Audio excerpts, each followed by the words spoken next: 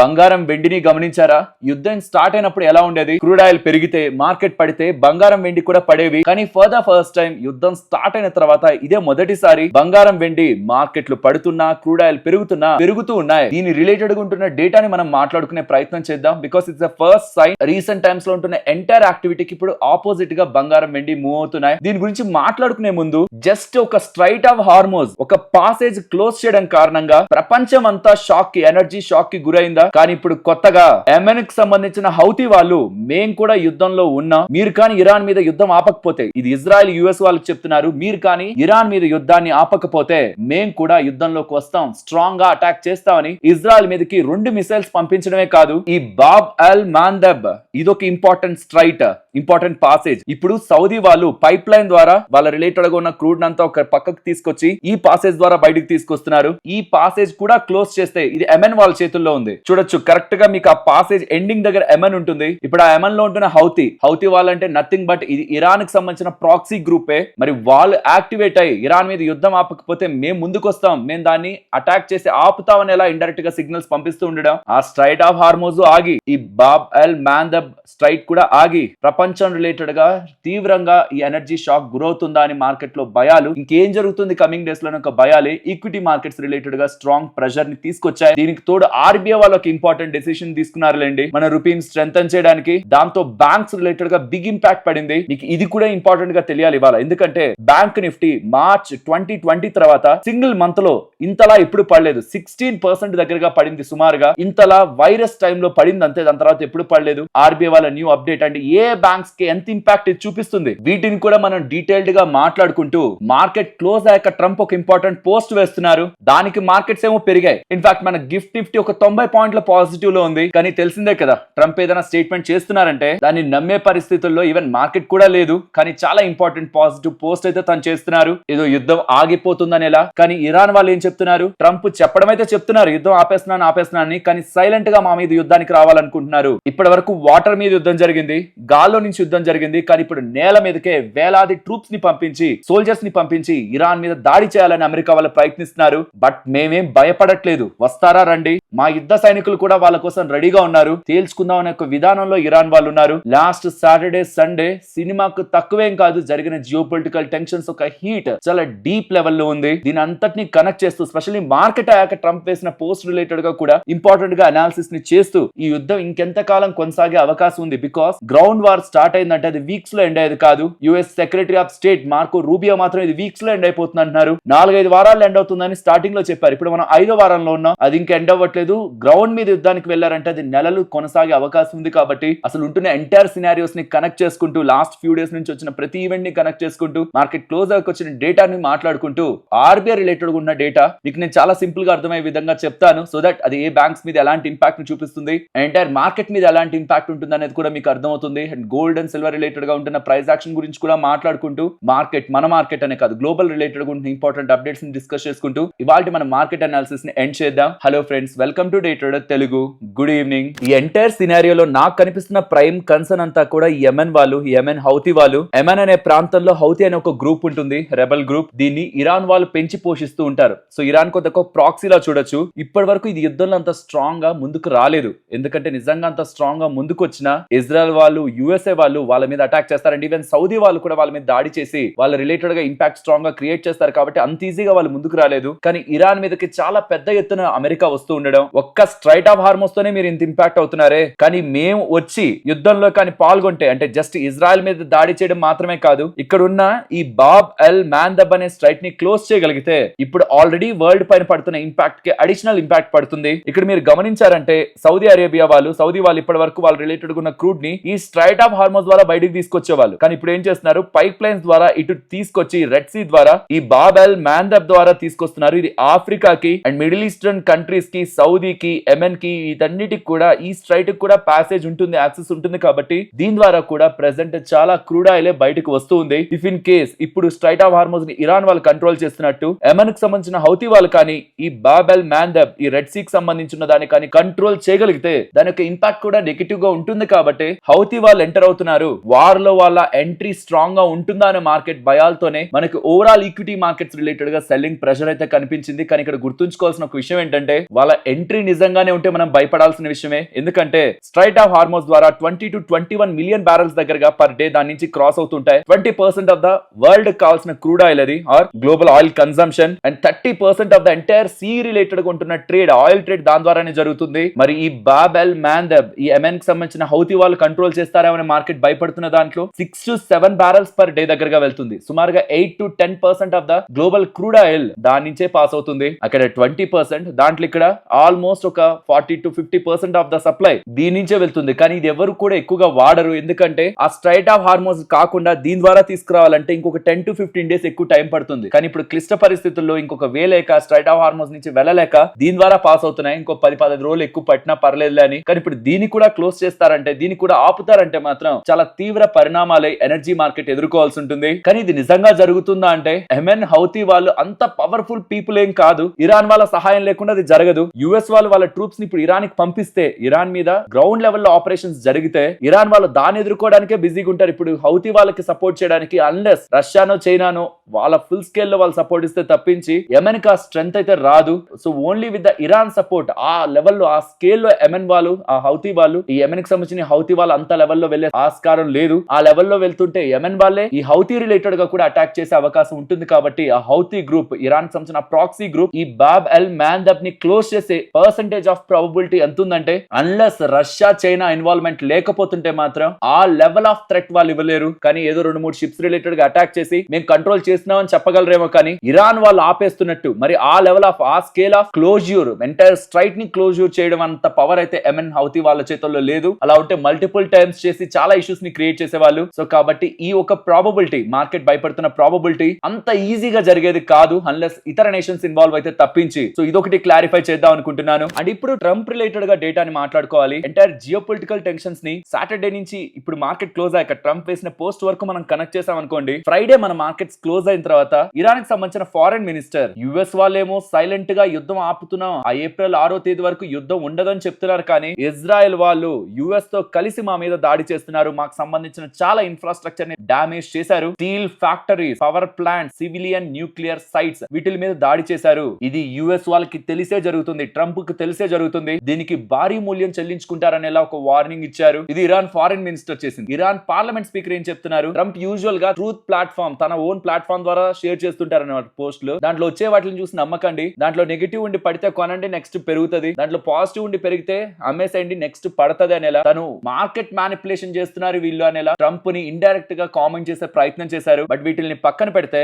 IRGC వాళ్ళు, ఈ Iran కి సంబంధించిన రెవల్యూషనరీ గార్డ్ వాళ్ళు ఉన్నారా, వాళ్ళు యుఎస్ అండ్ ఇజ్రాయెల్ వాళ్ళతో మా యూనివర్సిటీస్ మీద దాడి చేస్తారా, మేము కూడా మీ యూనివర్సిటీస్ మీద దాడి చేస్తామని, చివరికి చదువుకునే ప్లేసెస్ ని కూడా వదలకుండా మేము దాడి చేస్తామని స్ట్రాంగ్ స్టేట్మెంట్ చేస్తున్నారు. ఇది ఎందుకు నేను మెన్షన్ చేస్తున్నానంటే, యూజువల్ గా ఒక యుద్ధం జరుగుతున్నప్పుడు కొన్ని ప్లేసెస్ ని టచ్ చేయకూడదని పెట్టుకుంటారు. సివిలియన్ ఏరియాస్, నార్మల్ ప్రజలు ఉంటున్న ఏరియాస్ కానీ, యూనివర్సిటీస్ కానీ, వీటన్నిటిని ఎవరు టచ్ చేయకూడదు యూజువల్ గా. కానీ ఇప్పుడు ఆ లెవెల్ ని కూడా దాడుతూ యుద్ధం ముందుకు వెళ్తున్నట్లు ఈ యుఎస్ కి సంబంధించిన ప్రెసిడెంట్ మా యూనివర్సిటీస్ మీద జరిగిన దాడిని ఖండించకపోతే మేము తిరిగి వాళ్ళ యూనివర్సిటీస్ మీద కూడా దాడి చేస్తాం అని అక్కడ స్టూడెంట్స్ కి, టీచర్స్ కి అందరికి కూడా వార్నింగ్ ఇచ్చే ప్రయత్నం జరుగుతుంది. And to the point, Trump ఏం పోస్ట్ చేశారు ఇవాళ మార్కెట్ క్లోజ్ అయ్యాక, ఇరాన్ లో మిలిటరీ ఆపరేషన్స్ ఎండ్ చేయడానికి అంటే డీల్ కోసం ఇప్పుడుంటున్న రెజిమ్ తో, అంటే ఇప్పుడుంటున్న కొత్త గవర్నమెంట్ తో మేము మాట్లాడుతూ ఉన్నాం. ప్రాబబుల్లీ త్వరలోనే డీల్ అయిపోయే అవకాశం ఉంది. అలా అయిపోయి స్ట్రైట్ ఆఫ్ హార్మోస్ ఓపెన్ అయిపోవచ్చు. అలా కానీ ఓపెన్ అవ్వకపోతే ఇది చూడండి, మేము మా స్టే ని కంక్లూడ్ చేసుకుంటాం. అంటే ఇరాన్ లో మేము ఇంకా యుద్ధం చేయడం ఏదో చిన్నగా అటు ఇటు మోవడం కాదు, ఇంకా మేము ఇరాన్ లో నుంచి బయటకు వచ్చేస్తాం.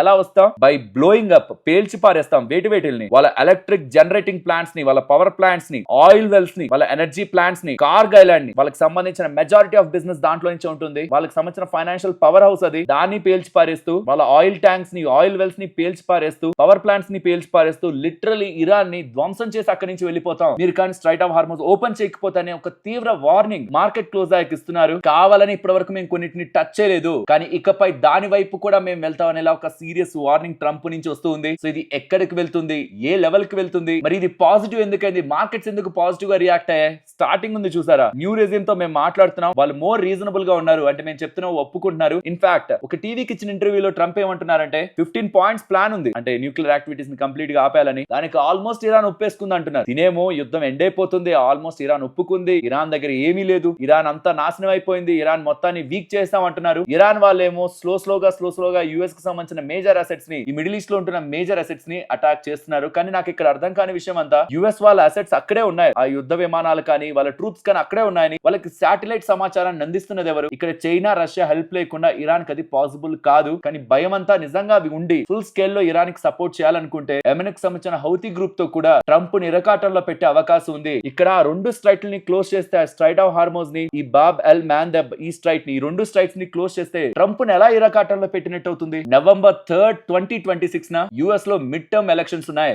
ఆ పాయింట్ ఆఫ్ టైం కి అక్కడ ప్రజలకి ధరల కంట్రోల్లో ఉండి ప్రభుత్వం రిలేటెడ్ గా అసహనం లేకపోతేనే ప్రభుత్వం రిలేటెడ్ గా ట్రంప్ రిలేటెడ్ గా మళ్ళీ అది గెయిన్ అయ్యే వాళ్ళ పార్టీకి గెయిన్ అయ్యే అవకాశం ఉంది. కానీ ఆ మిడ్ టర్మ్ ఎలక్షన్స్ లోపు ఈ ఇష్యూని ఇలా కొనసాగి ప్రజల రిలేటెడ్ గా వ్యతిరేకత ఉందనుకోండి, ఆల్రెడీ ట్రంప్ రిలేటెడ్ గా తను చేసిన స్టేట్మెంట్స్ అంతా వైఖరి కారణంగా భారీ ఎత్తున నిరసనలు ఎంటర్ అమెరికా అంతా కూడా కనిపిస్తూ ఉన్నాయి. అమెరికా స్ట్రీట్స్ పైన భారీగా ప్రజలు వచ్చి తనకు అగైనెస్ట్ గా స్లోగన్స్ పెడుతున్నారు. దానికి ఇది తోడై ఫర్దర్ గా గవర్నమెంట్ మీద నెగిటివిటీ వస్తే అది ఏ పొలిటీషియన్ కోరుకునేది కాదు. కాబట్టి త్వరలోనే ట్రంప్ బ్యాక్ అయ్యే అవకాశం ఉంది. కాబట్టి ఇరాన్ ని బెదిరించి బ్యాక్ అవ్వాలని చూస్తున్నారు. కానీ వెనకున్నది కానీ ఈ రష్యా మరి చైనా ఉండి అలానే అంటారు మీరేం కాదు మేము ఉన్నామని సహాయం చేస్తే మాత్రం ఇరాన్ కి వాళ్ళు కూడా ధీటుగానే దానికి రిప్లై ఇస్తూ ఈ ఇష్యూని పెంచే అవకాశం ఉంది. సో ఇక్కడ ట్రంప్ బెదిరిస్తే భయపడిపోయే స్టేజ్ లో ఇరాన్ ఉండింటే అది ఈ పాటికే జరుగుండాలి. 3500 మెరైన్ ట్రూప్స్ ని పంపించారు. థౌసండ్స్ ఆఫ్ సోల్జర్స్ ని గ్రౌండ్ ఆపరేషన్స్ కోసం పంపిస్తున్నారు అంటున్నారు. అండ్ ఏప్రిల్ 6th డేట్ ఇచ్చారు కదా, ఏప్రిల్ 6th వరకు నేను యుద్ధం ఆపుతున్నాను, అప్పటి వరకు నేను ఏం చేయనని ఇరాన్ వాళ్ళు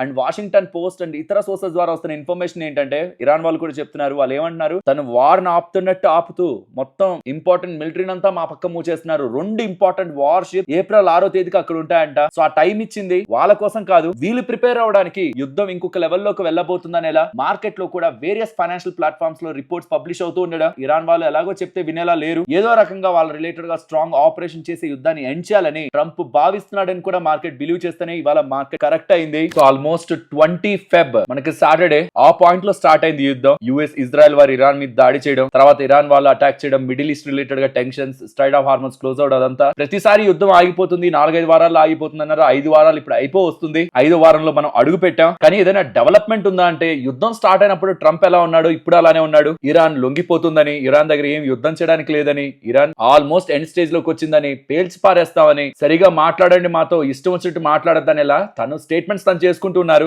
ఇరాన్ వాళ్ళు కూడా ఫస్ట్ లో ఎలా ఉన్నారు ఇప్పుడు కూడా అలానే ఉన్నారు. ప్రాపర్ గా డీల్ కుదుర్చుకుంటారా కుదుర్చుకోండి, లేదంటే మీ స్ట్రెంత్ ని మా అగ్రెషన్ తో మేము బదిలిస్తామనేలా, అంటే మీరు దాడి చేస్తే మేము దానికి ప్రతి దాడి చేస్తామనేలా స్టేట్మెంట్ స్ట్రాంగ్ గా ఉన్నారు. వాళ్ళ చేతుల్లో ఉన్నదల్లా స్ట్రైట్ ఆఫ్ హార్మోస్ అండ్ ఆ మిడిల్ ఈస్ట్ లో ఉంటున్న కంట్రీస్ మీద ఉంటున్న దాడి చేయగలిగే ఇన్ఫ్రాస్ట్రక్చర్, ఆ యుద్ధ సామాగ్రి, దాన్ని డామేజ్ చేయాలని ఇజ్రాయెల్ వాళ్ళు వాళ్ళకి సంబంధించిన ఎంటైర్ మిలిటరీ బేసెస్ మీద దాడి చేద్దామని ముందుకు వెళ్తూ ఉన్నారు. అది ఇంకా అవ్వలేదు కంప్లీట్ గా. United states secretary of state Marco Rubio చేస్తున్న స్టేట్మెంట్స్ అయితే ఇదేం నెలలు వెళ్ళదు, మేము ఏ యుద్ధం చేసినా వారాల్లోనే అయిపోతుంది, ఇరాన్ యుద్ధం కూడా అలానే అయిపోతుంది అని ఇలా చెప్తున్నారు. కానీ ప్రస్తుతం ఉన్న పరిస్థితులు అలా అనిపించట్లేదు. కానీ గుర్తుంచుకోవాల్సిన విషయం ఏంటంటే ట్రంప్ కి మిడ్ టర్మ్ ఎలక్షన్స్, నవంబర్ లో జరిగే మిడ్ టర్మ్ ఎలక్షన్స్ చాలా ఇంపార్టెంట్. దాన్ని రిస్క్ చేస్తారా, నెలల పాటు కంటిన్యూ చేసి రిస్క్ చేస్తారా, అండ్ ఈ లోపు స్ట్రైట్ ఆఫ్ హార్మోన్స్ ఓపెన్ అవ్వకపోతుంటే జరిగే పరిణామాలు, ఆ ఇన్ఫ్లేషన్ పెరగడం యుఎస్ ఎకానమీని ఇంకా స్ట్రాంగ్ గా ఇంపాక్ట్ చేస్తాయి. కాబట్టి ఎక్కువ కాలం ట్రంప్ ఇది కొనసాగించడం, స్ట్రైట్ ఆఫ్ హార్మోన్స్ అలా పాస్ చేసి ఉంచడం, బ్లాక్ చేసి ఉంచడాన్ని, ఆ ఇంపాక్ట్ ని తను తట్టుకోలేడు. కాబట్టి త్వరలోనే సంథింగ్ ఒక బిగ్ వేలో ఒక బ్రేకింగ్ న్యూస్ అయితే మనం తప్పకుండా వింటాం. అదైతే యుఎస్ వాళ్ళు ఇరాన్ మీద పెద్ద మొత్తంలో యుద్ధం చేసి దాన్ని కంట్రోల్ చేయాలని ప్రయత్నిస్తున్నట్లయినా మనం వింటాం, లేదంటే ఇరాన్ వాళ్ళు యుఎస్ వాళ్ళకు మెట్టు దిగి ఇరాన్ వాళ్ళకు మెట్టు దిగి ఈ మీడియన్ పాత్ లో ఎక్కడో వీళ్ళిద్దరు కూడా డీల్ ని కుదుర్చుకున్నారు, ఆర్ ఇన్ని రోజుల పాటు యుద్ధాన్ని పాస్ చేయాలనుకుంటున్నారు, సీజ్ ఫైర్ చేయాలనుకుంటున్నారని ఈ యుఎస్ ప్రెసిడెంట్ ట్రంప్ దగ్గర నుంచి కాదు రావాల్సింది, ఇరాన్ దగ్గర నుంచి కూడా ఇద్దరు కలుస్తున్నట్లు, ఇద్దరు స్టేట్మెంట్స్ ఉంటున్నట్లు మనకి రావాలి. ఇప్పటి వరకైతే ఇరు వర్గాల నుంచి జాయింట్ స్టేట్మెంట్ మనకి ఎప్పుడు రాలేదు. ఎవరికి వాళ్ళు ఇష్టం వచ్చేట్లు మాట్లాడుతూ వస్తున్నారు అంతే. అండ్ ఇక్కడ నుంచి కొంత టైం బ్యాక్ నేను 8 వెజల్స్ అడిగితే, అంటే పెద్ద పెద్ద షిప్స్, క్రూడ్ ఆయిల్ ఉన్న షిప్స్ అడిగితే ఇరాన్ వాళ్ళు 10 పంపించారని ఎలా కొంచెం బడాయికి పోయి కొంచెం గొప్పలకి పోయారా ట్రంప్. ఇప్పుడేమో సైన్ ఆఫ్ రెస్పెక్ట్ గా, అంటే నాపై రెస్పెక్ట్ గా 20 షిప్పులు క్రూడ్ ఆయిల్ పంపించారని చెప్తున్నారు. కానీ ఆ 20 షిప్పులు క్రూడ్ ఆయిల్ పాకిస్తాన్ ఫ్లాగ్ తో బయటకు వచ్చినవి, పాకిస్తాన్ అని, అవి మాకు సంబంధించినవి, మీకు యుఎస్ వాళ్ళకి సంబంధించినవి కాదని పాకిస్తాన్ వాళ్ళు క్లెయిమ్ చేస్తున్నారు. సో ఓవరాల్ ఇది ఒక కంక్లూజన్ పాయింట్ గా చూస్తే ఇప్పటి వరకు ఉన్న ప్రతిదీ మార్కెట్ డైజెస్ట్ చేసుకుంది. కానీ ఇవాళ మార్కెట్ పడడానికి కారణం అయితే యెమెన్ వాళ్ళ ఎంట్రీ ఉండొచ్చా, ఆ బాబ్ ఎల్ మాందెబ్ అనే ఒక స్ట్రైక్ ని వాళ్ళు ఏమైనా అటాక్ చేసి క్లోజ్ చేసే అవకాశం ఉందా? ఎందుకంటే యెమెన్ గవర్నమెంట్ కూడా హౌతీస్ కి అపోజిటే. యెమెన్ వాళ్ళు ఏమి ఇరాన్ కి సపోర్ట్ కాదు, హౌతీస్ కి సపోర్ట్ కాదు. కానీ ప్రాబ్లం అంతా ఏంటంటే యెమెన్ గవర్నమెంట్ అఫీషియల్ గా ఇంటర్నేషనల్ గా రికగ్నైజ్ అవ్వబడి సౌదీ వాళ్ళు, యుఏఈ వాళ్ళు, ఈవెన్ యుఎస్ వాళ్ళు కూడా సపోర్ట్ చేస్తున్న గవర్నమెంట్ అది. వాళ్ళు కంట్రోల్ చేసేది south part of the Yemen ని మాత్రమే. కానీ నార్త్ పార్ట్ ని కంట్రోల్ చేసేది హౌతీస్ అన్నమాట, రెబెల్స్. వాళ్ళని సపోర్ట్ చేసేది, అంటే వాళ్ళకి యుద్ధ సామాగ్రిని ఇవన్నీ ఇచ్చేది ఇరాన్ వాళ్ళు. సో ఈవెన్ ఇప్పుడు ఈ హౌతీస్ వాళ్ళు ఆ బాబెల్ మ్యాన్ దెబ్ అనే స్ట్రైట్ ని క్లోజ్ చేయాలనుకున్న ఎంఎన్ గవర్నమెంట్ సౌత్ పార్ట్ లో ఉంటున్న ఎంఎన్ గవర్నమెంట్ కూడా దానికి అపోజ్ అయ్యి వాళ్ళ రిలేటెడ్ గా తిరుగుబాటు చేసే అవకాశం ఉంటుంది కాబట్టి అదంతా ఈజీ అయ్యే పని కాదు అన్లెస్ మేజర్ ఫోర్సెస్ అయినా రష్యా చైనా ఇన్వాల్వ్ అయితే తప్పించి. సో అది ఇంకొన్ని రోజుల్లో జరగకపోతుంటే మార్కెట్ ఎలా పడిందో అలానే పెరుగుతుంది. ఇది మార్కెట్ రిలేటెడ్ గా ఉంటే మేజర్ కన్సర్న్. అండ్ రెండవది ఇప్పటి వరకు అంటే వాటర్ లోను అండ్ ఎయిర్ నుంచి మాత్రమే దాడులు జరుగుతున్నాయి, మిసైల్స్ రూపంలోనే దాడులు జరుగుతున్నాయి. గ్రౌండ్ ఇన్వేషన్ జరిగిందంటే ఇది రోజుల్లో ఎండ్ అయ్యేది కాదు. వెళ్తూనే ఉంటారు, వస్తూనే ఉంటారు, జరుగుతూనే ఉంటుంది. నెలల పాటు కంటిన్యూ అవుతుంది. స్ట్రైట్ ఆఫ్ హార్మోస్ అలా క్లోజ్ లోనే ఉంటే ఎంటైర్ వరల్డ్ ఇంపాక్ట్ అవుతుందని మార్కెట్ భయపడుతుంది. సో ఆ గ్రౌండ్ ఇన్వేషన్ రిలేటెడ్ గా క్లారిటీ అయితే రావాలి. ఎప్పటి వరకు ఆ గ్రౌండ్ ఇన్వేషన్ ఉంటుంది, ఏ టార్గెట్స్ అచీవ్ చేసే వరకు ఉంటుంది, అండ్ ఇరాన్ వాళ్ళ రెస్పాన్స్ ఏంటి దానికి? వాళ్ళు మళ్ళీ ఏమైనా మిడిల్ ఈస్టర్న్ కంట్రీస్ మీద భారీ ఎత్తున దాడులు చేస్తామంటారా? అలా అంటే అమెరికా వాళ్ళు ఏం చేసి దాన్ని ఆపుతారు అన్నది లాస్ట్ సాటర్డే సండే అంతా కూడా వేరియస్ ఫైనాన్షియల్ ప్లాట్ఫామ్స్ లో మనకి జరుగుతున్న డిస్కషన్స్. అన్లెస్ ఈ రెండింటి పరంగా ఏదైనా మేజర్ డెవలప్మెంట్ ఉంటే తప్పించి మార్కెట్ రిలేటెడ్ గా ఒక కొత్త టెన్షన్ అయితే ఉండేదేం లేదు. అండ్ ఈ రెండు జరిగితేనే యుద్ధం ఇంకా ఎక్కువ కొనసాగే అవకాశం ఉంది. ఎక్కడో ఒక దగ్గర బ్రేక్ ఈవెన్ ఇరాన్ సైడ్ నుంచి అయినా వస్తుంది, యుఎస్ సైడ్ నుంచి అయినా వస్తుంది. కానీ కన్సర్న్ అంతా అది ఎప్పుడని 4-5 వారాలు అన్నారు, అది అయిపోయింది. ఇప్పుడు గ్రౌండ్ మీదకి యుద్ధం అంటుండేసరికి అది ఇంకెంత వెళ్తుందని మార్కెట్ లో భయాలు కనిపిస్తున్నాయి. బట్ యూజువల్ గా యుద్ధం ఇంకా పీక్ వెళ్ళిపోతుంది అన్నప్పుడే ట్రంప్ వెనక్కి వచ్చేస్తుంటారు అనమాట. టాకో అంటుంటారు కదా, ట్రంప్ ఆల్వేస్ చికెన్స్ అవుట్ అని. అంటే పీక్ వెళ్ళినప్పుడే ఇంకంతా ఓకే ఓకే ఇంకంతా సరే, నేను ఇంకా ఒక పెద్ద మనిషి లాగా ఇది ఇలా ఉండాలి అలా ఉండాలి అని చెప్పి వెనక్కి వచ్చే ప్రయత్నం తను చేస్తుంటారా? చైనా రిలేటెడ్ గా బోల్డ్ సార్లు మనకి టారిఫ్ వార్ లో కనిపించింది కదా. అలానే ఇప్పుడు కూడా ఇరాన్ ఇలాంటి వాటికి ఒప్పుకుంది. సో యుద్ధాన్ని ఇక్కడతో ఆపుతున్నాం అని అలాంటి సడన్ స్టేట్మెంట్స్ వచ్చే అవకాశాన్ని కూడా మనం రూల్ అవుట్ చేయలేం. కానీ యాజ్ ఆఫ్ నో కనిపిస్తున్న పరిస్థితి అయితే మాత్రం ఇరాన్ తగ్గట్లేదు, కానీ తగ్గిందని ట్రంప్ చెప్పుకుంటూ పోస్టులు చేస్తున్నారు. కాబట్టి మార్కెట్ కి దాని క్లారిటీ లేక నెగిటివ్ గానే వెళ్తే ఏం ఇంపాక్ట్ ఉంటుందో అది మార్కెట్ లో చూపించే ప్రయత్నం చేస్తూ వస్తుంది. దానికి తోడు ఆర్బీఐ రిలేటెడ్ గా జరిగిన ఈవెంట్, దాన్ని ఇంకొంత టైంలో డిస్కస్ చేద్దాం. బట్ గోల్డ్ గురించి మాట్లాడాలి. రీసెంట్ టైమ్స్ లో యుద్ధం జరుగుతూ ఉన్నప్పుడు బంగారం పెరగడం ఆర్ ఇంక యుద్ధం పెద్దదైపోతుందేమో అనే భయాలతో క్రూడ్ ఆయిల్ పెరిగి డాలర్ తో కానీ గ్లోబల్ గా ఉన్న ఇన్ఫ్లేషన్ రిలేటెడ్ ఉన్న కన్సర్న్స్ తో కానీ అవి జరుగుతుండగా కూడా గోల్డ్ అండ్ సిల్వర్ పెరగడం ఇవాళే ఫస్ట్ టైం. యూజువల్ గా ఈక్విటీ మార్కెట్స్ తో పోటీగా ఇంకా దానికంటే ఎక్కువగా బంగారం వెండి పడేది, కానీ ఇప్పుడు కొంత డిఫరెంట్ ప్రైస్ యాక్షన్ చూపిస్తున్నట్లు మనకి కనిపిస్తుంది. టర్కీ వాళ్ళు $8 బిలియన్ కు సంబంధించిన గోల్డ్ నమ్మారు రీసెంట్ గా. అండ్ ఆల్సో మీరు చూస్తే చాలా ఫైనాన్షియల్ ప్లాట్ఫామ్స్ లో రష్యా వాళ్ళు లాస్ట్ 20 సంవత్సరాల్లో ఎప్పుడు లేనట్టు ఫస్ట్ టైం బంగారాన్ని నమ్ముతున్నట్టు డేటా మనకి కనిపిస్తుంది. సో సెంట్రల్ బ్యాంక్స్ రిలేటెడ్ గా గోల్డ్ సెల్లింగ్ జరుగుతూ ఉందంటే, పక్కన పెట్టి సెల్లింగ్ జరుగుతూ ఉందంటే అది పాజిటివ్ అంశం అయితే కాదు. నేను సెంట్రల్ బ్యాంక్స్ రిలేటెడ్ గా యాక్టివిటీనే గోల్డ్ రిలేటెడ్ గా ఎక్కువ ట్రాక్ చేస్తున్నాను. రష్యా రిలేటెడ్ గా టర్కీ రిలేటెడ్ గా యాక్టివిటీ అలా ఉంది. బట్ ఇది మేజర్ గా చూడాలా అంటే మిగతా సెంట్రల్ బ్యాంక్స్ అన్ని కూడా అమ్మకానికి లైన్ లో ఉన్నాయంటే కాదు. ఆ రెండింటి దగ్గర నుంచే ఉజ్బెకిస్తాన్ రిలేటెడ్ గా కూడా సర్టెన్ డేటా ఉంది, కానీ అదంతా ప్రామినెంట్ డేటా కాదు. వీళ్ళ రిలేటెడ్ ఉన్న డేటాని మాత్రం అసెస్ చేస్తున్నప్పుడు ఈవెన్ చైనా కూడా గోల్డ్ బయింగ్ స్లో డౌన్ చేస్తుందని ఒక వార్తలు కూడా ఫైనాన్షియల్ ప్లాట్ఫామ్స్ లో వస్తున్నాయి. ఇవన్నిటిని చూస్తున్నప్పుడు బంగారం రిలేటెడ్ గా సెంట్రల్ బ్యాంక్స్ ఒక యాక్టివిటీ స్ట్రాంగ్ గా పెరిగింది, వాళ్ళు స్ట్రాంగ్ గా మళ్ళీ కొంటున్నారన్న ఒక డేటా లేకుండా ఈ రీసెంట్ హైస్ మళ్ళీ గోల్డ్ బ్రేక్ చేస్తున్న ఒక కాన్ఫిడెన్స్ అయితే బిల్డ్ చేసుకోవడం కష్టం. నేను పర్సనల్ గా సెంట్రల్ బ్యాంక్స్ యాక్టివిటీని క్లోజ్ గా ట్రాక్ చేస్తున్నాను. యాజ్ ఆఫ్ నో గా అయితే వాళ్ళ రిలేటెడ్ గా లిటిల్ బిట్ సెల్లింగ్, మరి పానిక్ సెల్లింగ్ కాదు, లిటిల్ బిట్ సెల్లింగ్ అయితే కనిపిస్తూ ఉంది. యూజువల్ గా బయింగ్ ఉండడం చాలా పాజిటివ్, న్యూట్రల్ గా ఉండడమే లిటిల్ నెగిటివ్. అలాంటిది కొంత సెల్లింగ్ ఉండడం కూడా బాగా పెరిగిన అసెట్ క్లాస్ కి ట్రిగ్గర్ ఫ్యాక్టర్ అవుతుంది. కాబట్టి రీసెంట్ డేస్ లో gold fall back, global events తో పాటు అంతలా పానిక్ సెల్లింగ్ రావడానికి వీళ్ళ హ్యాండ్ డెఫినెట్లీ ఉండిండొచ్చు. సో ఇది అట్లీస్ట్ ఇక్కడతో ఆగుతుందా, ఫర్దర్ గా కూడా వీళ్ళ సెల్లింగ్ వెళ్తుందా అన్నది ఇంకా ఫ్యూ డేస్ లో మనకి కన్ఫర్మ్ అయితే అవుతుంది. ఇంకా ఫర్దర్ డేటా వీళ్ళు రిలేటెడ్ గా వస్తున్నప్పుడు ఆగిపోతే సరే, లేదంటే వీళ్ళు గ్రాడ్యువల్ గా సెల్ చేస్తూనే ఉన్నారు, ఇతర సెంట్రల్ బ్యాంక్స్ కూడా యాడ్ అవుతున్నాయంటే మాత్రం గోల్డ్ రిలేటెడ్ గా సెల్లింగ్ ప్రెషర్ కొనసాగే అవకాశం ఉంది. ఆర్ చేసిన సెల్లింగ్ వాళ్ళ టెంపరరీ నీడ్స్. టర్కీ వాళ్ళకైతే వాళ్ళ కరెన్సీని సపోర్ట్ చేయడానికి, వీళ్ళు మాత్రం బడ్జెట్ గ్యాప్ కోసం, బడ్జెట్ గ్యాప్ రిలేటెడ్ గా డెఫిసిట్ రిలేటెడ్ గా సెల్ చేసినట్లు చెప్తున్నారు. అది ఎండ్ అయిపోయి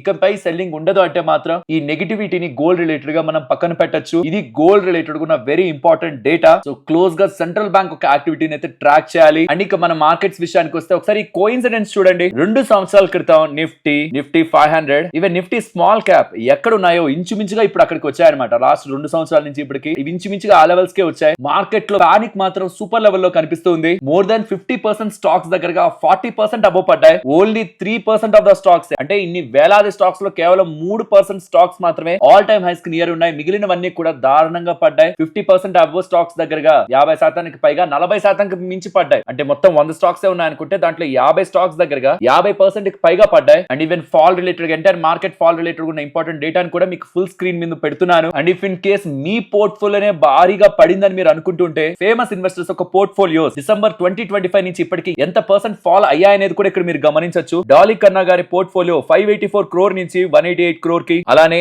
ఆశిష్ ధవాన్, విజయ్ కేడియా ముకుల్ అగర్వాల్, ఆశిష్ కచోలియా వాళ్ళ పోర్ట్ఫోలియోస్ రీసెంట్ టైమ్స్ లో ఎంత పడ్డాయనేది కూడా మీరు గమనించొచ్చు. ఈ డేటాను మీకు ఎందుకు చూపిస్తున్నానంటే మనం ఏదో ట్రాప్ అయిపోయామని కాదు, మేజర్ ఇన్వెస్టర్స్ అందరూ కూడా ఈ మార్కెట్ వోలటైలిటీ ఈ మార్కెట్ ఒక మెల్ట్ డౌన్ లో వాళ్ళ అసెట్ వాల్యూను కూడా, వాళ్ళ ఒక ఇన్వెస్ట్మెంట్ వాల్యూను కూడా డీప్ నెగటివ్ లో చూస్తూ ఉన్నారు. కానీ వాళ్ళు చేస్తున్న పని ఏదైనా ఆపర్చునిటీ ఉంటే ఉన్న దాంట్లో నుంచి ఇంకా బెటర్ ఆపర్చునిటీ ఉన్న దాంట్లోకి మూవ్ అవడం, పేషెన్స్ గా వెయిట్ చేయడం. ఎందుకంటే ఇలాంటి బోల్డ్ సాల్ గతంలో జరిగాయి, అవన్నిటిని రికవర్ చేసుకుంటేనే మార్కెట్ పెరిగింది. అది ఈసారి కూడా మళ్ళీ అలానే జరుగుతుంది. కంగారు పడాల్సిన అవసరం లేదు. ఫ్రమ్ ద ఫేమస్ ఇన్వెస్టర్స్ దగ్గర నుంచి కామన్ మ్యాన్ వరకు మార్కెట్ అందరినీ ఈక్వల్ గానే ట్రీట్ చేస్తుంది. జస్ట్ ఈ పోర్ట్ఫోలియోస్ ని చూసి వేలాది కోట్లు పెట్టిన వాళ్ళు కూడా ఇలాంటి ఇంపాక్ట్ లోనే ఉన్నారు. వాళ్ళు వెయిట్ చేసి రేపు వెల్త్ ని క్రియేట్ చేసుకుంటారు. మంది కూడా అదే స్టాండ్ లో ఉండాలి, కానీ కంగారు పడి రాంగ్ స్టెప్ తీసుకునే స్టాండ్ లో ఉండొద్దని మనం ఇది మైండ్ లో పెట్టుకోవాలని ఈ డేటా చూపిస్తున్నాను. ఫ్రెండ్స్, ఇలా మార్కెట్ రిలేటెడ్ గా ఉంటున్న ఇంపార్టెంట్ డేటా మొత్తాన్ని కనెక్ట్ చేస్తూ వీడియో మీ ముందుకు తీసుకురావడానికి మేము ఎఫర్ట్స్ పెట్టామని మీరు అనుకుంటే మన వీడియోని ఒక్క లైక్ చేస్తూ పెడుతున్న ఎఫర్ట్స్ ని ఎంకరేజ్ చేయండి. ఫస్ట్ ఆర్బీఐ వాళ్ళు తీసుకొచ్చిన కొత్త రూల్స్ అండ్ దీని కారణంగా బ్యాంక్స్ మీద పడుతున్న ఇంపాక్ట్ గురించి మాట్లాడుకుందాం. మీరు చాలా ఫైనాన్షియల్ ప్లాట్ఫామ్స్ లో హెడ్లైన్స్ గా ఆర్బీఐ వాళ్ళు ఫోర్స్డ్ డాలర్ అన్వైండింగ్ కారణంగా రూపీ స్ట్రెంథెన్ అయిందని, బ్యాంక్స్ మీద ఇది తీవ్ర ప్రభావం చూపిస్తుందని, చాలా బ్యాంక్స్ దీని కారణంగా సఫర్ అవుతాయని ఎలా మీకు డేటా కనిపిస్తుందా? దీని మీనింగ్ ఏంటంటే ఇప్పటి వరకు బ్యాంక్స్ ఆన్ షోర్ లో అంటే ఇండియాలో డాలర్స్ ని కొని ఆఫ్ షోర్ లో ఎన్డీఎఫ్ అకౌంట్స్ ఉంటాయి కదా వీళ్ళకి, అక్కడ డాలర్స్ ని అమ్మేవాళ్ళు. దీని కారణంగా ఏమయ్యేది, ఇండియాలో డాలర్స్ ని వీళ్ళు కొనడం కారణంగా డాలర్ స్ట్రెంథెన్ అవుతుంది, మన రూపీ వీక్ అవుతుంది. అదే ఇంటర్నేషనల్ మార్కెట్ లో అమ్మడం కారణంగా డాలర్ ని అది పెద్ద ఇంపాక్ట్ ఏం మనకి కనిపించేది కాదు. దీని కారణంగా 2 నుంచి 3 పైసెస్ దగ్గరగా వీళ్ళు ట్రేడ్ ద్వారా సంపాదించేవాళ్ళు. ఇది కంప్లీట్లీ ఫ్రీ మనీ అన్నమాట, దీంట్లో రిస్క్ లేదు బ్యాంక్స్ కి. కాబట్టి మీరు గమనిస్తే చాలా పెద్ద పెద్ద బ్యాంక్స్ అన్ని కూడా, స్పెషల్లీ ప్రైవేట్ బ్యాంక్స్ చూడండి, ఐసిఐసిఐ వాళ్ళు, axis, HDFC, IndusInd, Kotak, IDFC first, Bandhan, వీళ్ళందరూ కూడా దీని రిలేటెడ్ గా చాలా ఇంట్రెస్ట్ చూపించి ఈ ట్రేడ్ ద్వారా లాభం పొందే ప్రయత్నం చేస్తున్నారు. ఇది అదర్ ఇన్కమ్ లో కనిపిస్తుంది అనమాట. ఇది చూడండి, ఐసిఐసిఐ వాళ్ళు కానీ, ఇండస్ఇండ్ వాళ్ళు కానీ, యాక్సిస్ వాళ్ళు కానీ, కోటాక్ వాళ్ళు కానీ, ఈవెన్ ఐడిఎఫ్సి ఫస్ట్ బ్యాంక్ వాళ్ళు కానీ స్ట్రాంగ్ గా వాళ్ళ టోటల్ అసెట్స్ లో ఫారెక్స్ కాంట్రాక్ట్స్ ని మెయింటైన్ చేస్తున్నారు. ఇవే మన మెయిన్ బ్యాంక్స్ అనమాట. ఈవెన్ పబ్లిక్ బ్యాంక్స్ కూడా చేస్తున్నట్లు కనిపిస్తాయి, కానీ చాలా లో లెవెల్లో ఇలా బిలియన్స్ ఆఫ్ డాలర్స్ వాళ్ళు ఇలా ట్రేడ్ చేస్తూ మన రూపీ దీని కారణంగా వీక్ అవుతుందని గమనించిన ఆర్బీఐ వాళ్ళు ఎలా అయినా టెంపరీగా రూపీని సపోర్ట్ చేయాలంటే వీళ్ళ రిలేటెడ్ గా రిస్ట్రిక్షన్ పెట్టి ప్రతి బ్యాంకు $100 మిలియన్ కి సంబంధించిన రిజర్వ్స్ కంటే ఎక్కువ వాటిని మెయింటైన్ చేయొద్దు, మీ ఎక్స్పోజర్ ని కంటైన్ చేయండి, ఆపండి, అక్కడ లిమిట్ పెట్టండి అనేసరికి ఇప్పటి వరకు దీని కారణంగా బ్యాలెన్స్ షీట్ లో కానీ, ప్రాఫిట్ అండ్ లాస్ లో కానీ యాడ్ అవుతూ వచ్చిన మనీ, ఫ్రీ మనీ ఏదైతే ఉందో, ఇకపై బ్యాంక్స్ అది ఎంజాయ్ చేయలేవు. అండ్ ఫోర్స్డ్ గా April 10th లోపు ఇది మీరు చేయాలి అంటాం. మీరు చూస్తే ఇవాళ ₹1.22 దగ్గరగా సడన్ గా ఇవాళ మన రూపీ స్ట్రాంగ్ అయి మళ్ళీ వీక్ అయింది. సుమారు 2% దగ్గరగా ఇవాళ రూపీ మారింది. ఇంచుమించు ₹2 కింద నుంచి ₹2 దగ్గరగా ఇవాళ రూపీ వీక్ అవ్వడం అంత ఈజీగా మనకు పర్ డే లో కనిపించే సినారియో కాదు. సో అర్థమైంది కదా, ఒక ఫ్రీ ట్రేడ్. కానీ ఇప్పుడు ఆర్బీఐ వాళ్ళు April 10th లోపు ఇది చేయాలంటూ ఉండడం.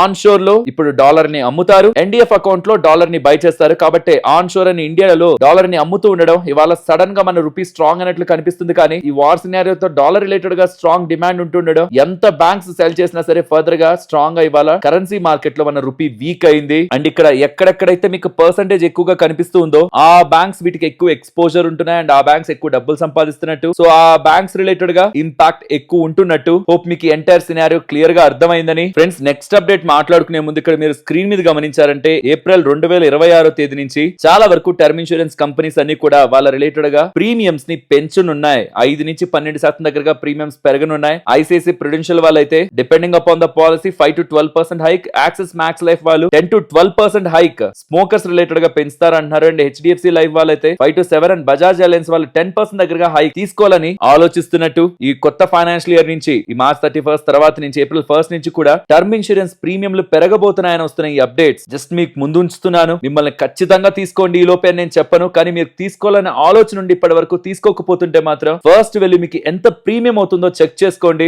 జస్ట్ ఇలా మీరు డీటెయిల్స్ ని ఫిల్ చేస్తే మీ ఏజ్ ని బట్టి మీకు ఎంతెంత డబ్బులు అవుతుందో చెప్తుంది. తీసుకోవాలనే ఆలోచనలో ఉంటే కొద్ది రోజుల తర్వాత ధరలు పెరుగుతాయని మనకి క్లారిటీ ఉంటే ముందుగా తీసుకోవడం కారణంగా జీవితాంతం కట్టే ప్రీమియం వేలల్లో సేవ్ చేసుకోవచ్చు. కాబట్టి ఒక్కసారి కట్టే ప్రీమియం అదే మనం జీవితాంతం కడతాం, సంవత్సరం పెరగదు. కాబట్టి పెరక్క ముందే తీసుకుంటే ఈ నెల కాదు, ఈ సంవత్సరం కాదు, ప్రతి సంవత్సరం తక్కువ డబ్బుల్ని మీరు కడతారు. మీరు కానీ మీకు తెలిసిన వాళ్ళు కానీ ఇంకా తీసుకోకపోతుంటే డిస్క్రిప్షన్ కామెంట్ సెక్షన్ లో ఫస్ట్ లింక్ ఇస్తున్నాను, దాన్ని క్లిక్ చేసి ఇలా మీ డీటెయిల్స్ ని ఫిల్ చేసి మీకు ఎంత డబ్బులు అవుతుందో చూసుకొని వీలైతే April 1st లోపు మీకు నచ్చిన కంపెనీ దగ్గర నుంచి ఆ పాలసీని తీసుకోవడానికి ప్రయత్నించండి. నేను తీసుకుంది ఈ policy HDFC life the, but even ICICI కానీ అండ్ దాంతో పాటు ఇక్కడ మీకు కనిపిస్తున్న ఈ పాలసీలు కూడా ఇండియాకి సంబంధించిన టాప్ పాలసీ అనాలిసిస్ ఒక్కసారి చెక్ చేయండి, తర్వాత డెసిషన్ తీసుకోండి. ఏప్రిల్ 1 నుంచి చాలా కంపెనీలు ప్రీమియంలు పెంచడానికి అయితే చూస్తున్నారు. ఇవాళ చెక్ చేసుకొని మీ ఫ్యామిలీకి ఒక మంచి టర్మ్ ఇన్సూరెన్స్ తీసుకోండి. మీకు గుర్తుందా, రెండు యమహా షోరూమ్స్ ని, స్కూటర్ షోరూమ్స్ ని మెయింటైన్ చేస్తున్న కంపెనీ ఒకటి మార్కెట్ లోకి వచ్చింది.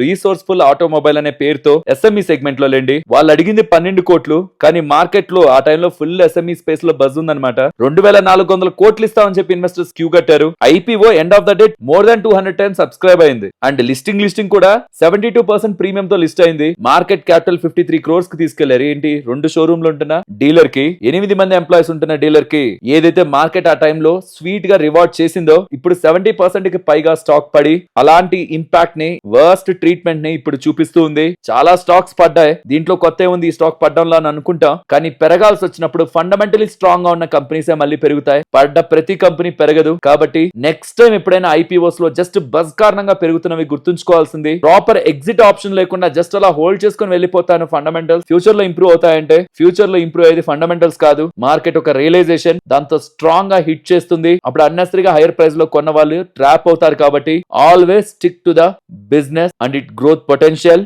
ఇప్పుడు నేను మీతో షేర్ చేసిన డేటా వాల్యుబుల్ గానే అనిపించిందా? అనిపిస్తే మన వీడియోని తప్పకుండా లైక్ చేయండి. ఫ్రెండ్స్, మీరు పాన్ కార్డ్ ని యూస్ చేస్తుంటారు మోస్ట్లీ. సో మీకు కొత్త రూల్స్ ఏప్రిల్ 1 నుంచి అమలు అవుతున్నాయి. జాగ్రత్తగా చూడండి. ఇప్పటి వరకు మీరు ఏదైనా ఒక ఫైనాన్షియల్ ఇయర్ లో 20 లక్షల దానికంటే ఎక్కువ పోస్ట్ ఆఫీస్ నుంచి కానీ బ్యాంక్ నుంచి కానీ విత్డ్రాల్ చేయాలంటే పాన్ ఒక నీడ్ ఉండేది. కానీ ఏప్రిల్ 1 నుంచి 20 కాదు 10 లక్షలకే పాన్ ఒక నీడ్ ఉందంటున్నారు విత్డ్రాల్ కి. అండ్ డిపాజిట్స్ చేస్తుంటే కూడా 50,000కి మించి పైబడి చేయాలంటే ప్రస్తుతం pan card compulsory single day లో. కానీ ఇప్పుడు సింగిల్ డే ట్రాన్సాక్షన్ ని పక్కన పెట్టి ఎంటైర్ ఫైనాన్షియల్ ఇయర్ లో 10 లక్షలకు పైగా మీరు డిపాజిట్ చేస్తుంటేనే పాన్ ఒక రిక్వైర్మెంట్ ని చూస్తున్నారు. అండ్ ఇమ్మూవబుల్ ప్రాపర్టీ ట్రాన్సాక్షన్ ఇప్పటి వరకు 10 లక్షల పైన చేస్తున్నప్పుడు పాన్ ఒక నీడ్ ఉండేది, దాన్ని 20 లక్షలకు చేశారు. అండ్ బైక్ కానీ కార్ కానీ కొంటుంటే ఇప్పుడు ప్రతి ట్రాన్సాక్షన్ కి పాన్ అడుగుతున్నారా? కానీ ఇకపై 5 లక్షలకు పైబడి చేసే ట్రాన్సాక్షన్ కే బైక్ అయినా కార్ అయినా అడుగుతారు. దీంట్లోంచి ట్రాక్టర్స్ ని మినహాయించారు. క్యాష్ హోటల్స్ లో పే చేస్తుంటే, రెస్టారెంట్స్ లో పే చేస్తుంటే 50,000కి పైబడి చేస్తున్నప్పుడు పాన్ కావాల్సిన అవసరం ప్రెసెంట్ ఉంది, కానీ దాన్ని లక్షకు పెంచారు. అండ్ ఇన్సూరెన్స్ పాలసీ రిలేటెడ్ గా కూడా మొదట్లోనే పాన్ ని తీసుకుంటారనేలా అప్డేట్స్ అయితే చేస్తున్నారు. ఇది ఏప్రిల్ 1 నుంచి అమలు అవుతాయి. దీని ఒక టేబుల్ లో నేను మీకు స్క్రీన్ ముందు ఉంచాను. నెక్స్ట్ అర్బన్ కంపెనీ గురించి మాట్లాడుకోవాలి. అర్బన్ కంపెనీ వాళ్ళకి సంబంధించిన ఇన్స్టా హెల్ప్ ఉంది కదా, లైక్ ఫ్యూ మినిట్స్ కి ఒకరు వచ్చి మీ ఇంట్లో హెల్ప్ కావాలనుకుంటే, వర్క్ కావాలనుకుంటే చేసి వెళ్తుంటారు. దాని రిలేటెడ్ గా 1 మిలియన్ దగ్గరగా బుకింగ్ ఒక మైల్ స్టోన్ ని కంప్లీట్ చేసుకున్నారని, అండ్ ఇప్పుడైతే 1 మిలియన్ మార్క్ ని హిట్ చేశారు. కానీ ప్రెసెంట్ గ్రోత్ రేట్ తోనే వాళ్ళు గ్రో అవుతూ వెళ్తే మాత్రం ఫర్ ద క్వార్టర్ లోనే టోటల్ ఆర్డర్స్ 2.5 మిలియన్ వెళ్లే అవకాశం ఉంది. కమింగ్ టైమ్స్ లోనే స్ట్రాంగ్ గా ఈ మొమెంటం ఇంక్రీజ్ అయ్యే అవకాశం ఉంది. ఎందుకంటే ప్రెసెంట్ Q3 FY26 లో 17,500 దగ్గరగా ఆర్డర్స్ వీళ్ళు మేక్ చేశారని, రన్ రేట్ తో ఉందని, డైలీ రన్ రేట్ అది లాస్ట్ టైం తో పోలిస్తే మోర్ దాన్ డబుల్ అయింది. ఇదే మొమెంటం తో వెళ్తే Q4 FY26 లో డైలీ రన్ రేట్ 27,000 ఉండే అవకాశం ఉంటుందని, చాలా ఫర్ ద క్వార్టర్ లోనే 2.5 మిలియన్ టోటల్ ఆర్డర్స్ ఉండే అవకాశం ఉందని. కానీ కన్సర్న్ అంతా కూడా అది ఇప్పుడు వాళ్ళకి ప్రాఫిటబుల్ అవ్వట్లేదు because of the strong competition. అదొకటే కన్సర్న్. కానీ కమింగ్ టైమ్స్ లో వీళ్ళు ఒక మార్కెట్ షేర్ ని గ్రాప్ చేశాక స్లోగా వాళ్ళు ప్రైజెస్ ని పెంచి